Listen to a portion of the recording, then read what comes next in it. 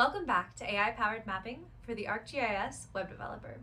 In this video, I'm taking a 3D building, slicing through it, and wiring that cut to a tiny AI helper that describes the cross-section in plain language. Let's get started. All right, I already have my starter code that has my HTML and CSS in it. So now let's go to the JavaScript. I start by creating a constant for my OpenAI API key so I can reuse it anywhere in this script. Next, I add a call AI function that takes the screenshot data URL. Inside that function, I write a system prompt that tells the model to return a tiny JSON object with just one property called cut description. Then I set up the fetch call to the chat completions endpoint with my model, temperature, response format set to JSON object, and the messages array with both text and the slice screenshot as an image URL. When the response comes back, I parse the JSON string from message.content and pull out cut description with a simple fallback sentence if anything goes wrong. Now below that, I grab references to the scene element, the slice component, the two buttons, the status message, and the cards container using getElementById and query selector. Now I wait for the 3D view and the slice component to be ready with await scenel.viewOnReady and await scenel.componentOnReady.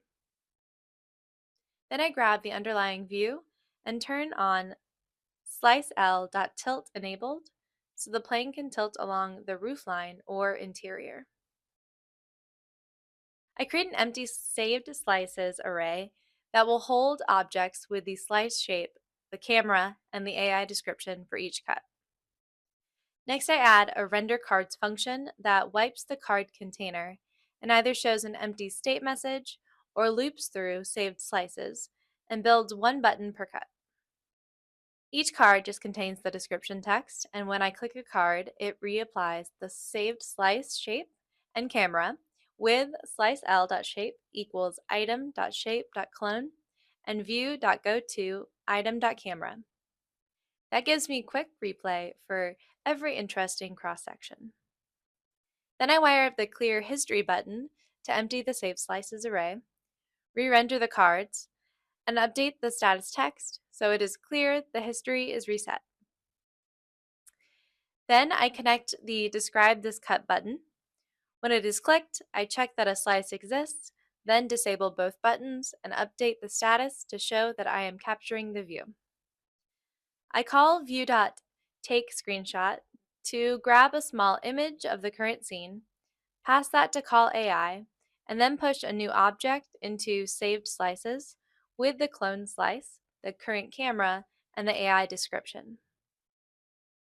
After that, I re-render the cards so the newest description appears at the top, update the status text, and re-enable the buttons in a finally block so the UI stays responsive even if the AI call fails. All right, let's go ahead and try this out. I will click the slice tool, position the plane so it cuts through this front part here, and then hit Describe This Cut.